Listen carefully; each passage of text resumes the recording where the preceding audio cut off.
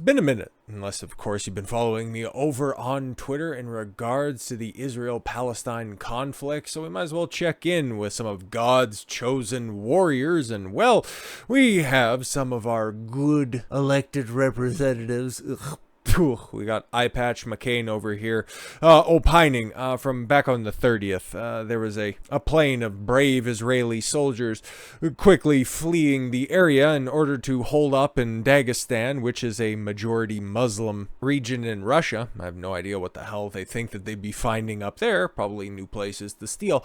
But population in Dagestan isn't quite as receptive as to the mass migration that the Israelis proselytized the rest of the world to engage in. So by them simply protesting on behalf of their bombed out brothers, well, that's of course good enough justification to simply refer to Dagestan as a hell. Well, that's kind of interesting because I can see and look at this airport and it looks awfully nice after all, you know. Hey man, the floors are nice and clean, all the bulbs seem to be lit. It looks like a pretty new place actually, so hell ain't a bad place to be if you know you know. And all of that warmongering, what do we expect from somebody who's just picking up the torch of that carpetbagger from Arizona? Do we anticipate anything new coming out of that? Well, of course not. It ends up having a knock-on effect. Okay, here you have an Israeli cage fighter, somebody who used to work for Bellator, but didn't have anybody pay off to continue his career over there.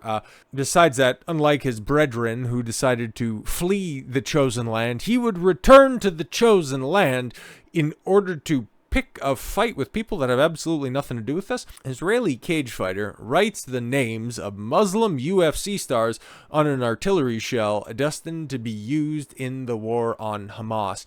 Very interesting. You never, ever, ever see anything like this. Nothing even close to anything like this taking place from a Muslim fighter. Absolutely not. That just happens to be like, there's a couple of world champions, okay, arguably one of the best to ever do it, in Khabib. And again, a lot of those guys, if not all of them, are Dagestani. It has nothing to do with, like, what are you trying to do there, you fucking belligerent bigot? And I don't say that word lightly. That's just, that's what that is, okay? Israeli MMA fighter Haim Gozali has published a shocking photo of an explosive projectile with the names of Khabib Nurmagomedov. I will always mess it up, even though I know who he is. Islam Makhachev, Khamzat, Chimaev, and Belal Muhammad written on it. Why? Fucking why? This weapon, believed to be an artillery shell, is intended to be used by the Israeli military against Hamas in the current conflict. Well, we kind of know where a lot of their missiles end up landing on, and as much as the Israeli propaganda ministry wants to tell you that, no guys, trust us, they definitely have headquarters in the basement of those hospitals. Oh, those bad people. They're more than likely destined for apartment buildings of innocent people. All of the UFC fighters named on the shell are Muslim, with Gozali, right, adding, this is for me. Oh, this is from me to the rat. Oh, I thought it was the Muslims that were hateful. Oh no, it's almost like the West has been filled with lies as to which two religions hold a lot of common beliefs. Very interesting. The post has been removed from social media platform X for violating the platform's rules. Yeah, because that right there, well, it's not a direct threat. I know that it's war profiteering in some point. I can't quite specifically point to it, and I don't think that it deserves to be taken down, mostly because I think by keeping it up, it just shows what type of a piece of shit this fucker is. And you can just mock and ridicule it into the future. I think that's far more important. However, it has been widely shared and panned by opponents of the war in the Middle East. Yes, exactly. Jackson Hinkle pointing out, disgusting. Israeli MMA fighter Haim Gozali published a photo of projectile with the names of Khabib, Islam, Khamzat, and Belal. Gozali also captioned the photo, "This is from me for rat." But nobody's pointing out what else is also on the missile itself. This is for you from Haim Gozali, Israel. and then a dick in the background, but it is circumcised, so at least a Jew probably wrote that. UFC fans were quick to slam Gozali for the post. It's definitely not smart to poke Khamzat. One wrote, maybe someone should remind him what happened when somebody called Khabib's father a terrorist. Oh, okay. That post references the time when Conor McGregor infamously called Nurmagomedov's manager a terrorist snitch and his father a quivering coward. That's in promotion of a fight.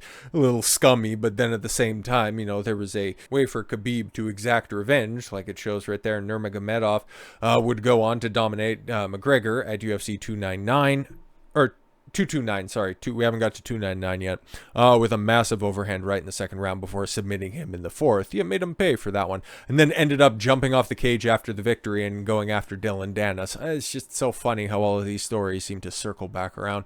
Gozali, also known as Israeli Batman, writing on missiles. If you're going to be trying to adopt the Batman moniker, one of the core tenets of Batman is Batman doesn't kill. Yeah. So I guess he's more Israeli than Batman. As an Israeli mixed martial artist who made a name for himself in Bellator. Oh, and is renowned for his skills in Brazilian Jiu-Jitsu.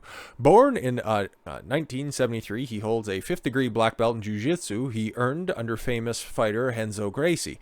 Over his career, he competed in middleweight and light heavyweight divisions, achieving a record of 15 wins, 6 losses.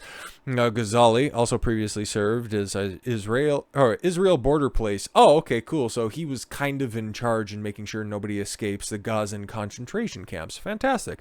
During his military service. Oh yeah, we have the media just going out there just thinking that history didn't begin before October 7th. Who stormed the mosques on the 4th? Anyways, this assault resulted in the loss of more than 1,400 Israeli lives. It's funny. That's been the official number now for how many weeks? We got confirmation on it. Anyways, the Israeli military reported that 230 soldiers and civilians, including women and children, were taken hostage in Gaza. Israelis wouldn't do that. Just bomb the fuck out of them and just take the whole hostage situation completely off the table. In response, the Israeli military conducted an air and artillery strikes in Gaza, resulting in tragic deaths of more than 8,000 Palestinians. Right? Israel has a right to defend itself, guys. Come on now, don't take so much offense to that.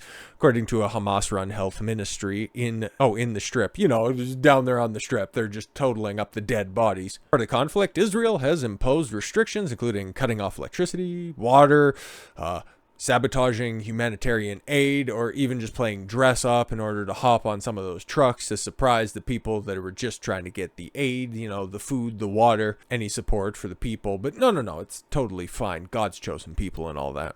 However, they have allowed several dozen aid trucks. Oh yeah, several dozen aid trucks, the ones that they haven't held up. Several dozen trucks for 2 million people. Over the course of, how many weeks are we into this? Enter through Egypt's Rafah crossing since Saturday. Oh, yeah, since Saturday. That's the crossing that the IDF also bombed on the weekend of the 7th, by the way. Anyways, so this asshole's out here just totally and completely embarrassing himself.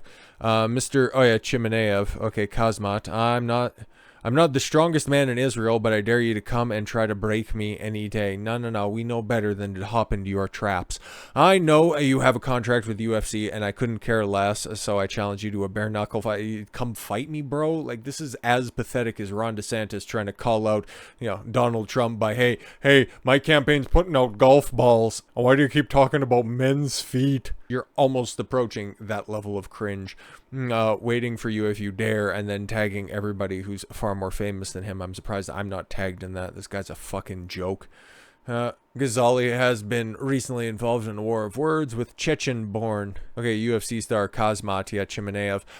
Yeah, he's Chechen.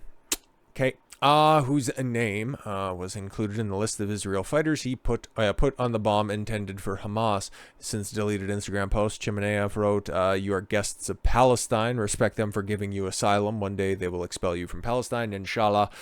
Bring me the strongest man in Israel. I will break him. I will break you. Okay, different accent, obviously. Just making a movie quote. But yeah, there's the post that he has right there. I don't know if it's since been deleted or, it's just a reel after all. And just a this story on Instagram. Maybe it just timed out. Who the fuck knows? Gozali replied with, well, the reply that we read on that one. But surprisingly enough, I'm not here to tell you that we need to take down Haim Gozali. Okay. Oh no, this man and his evil speech. He's writing on weapons. Oh no, he needs to be censored off the internet. No.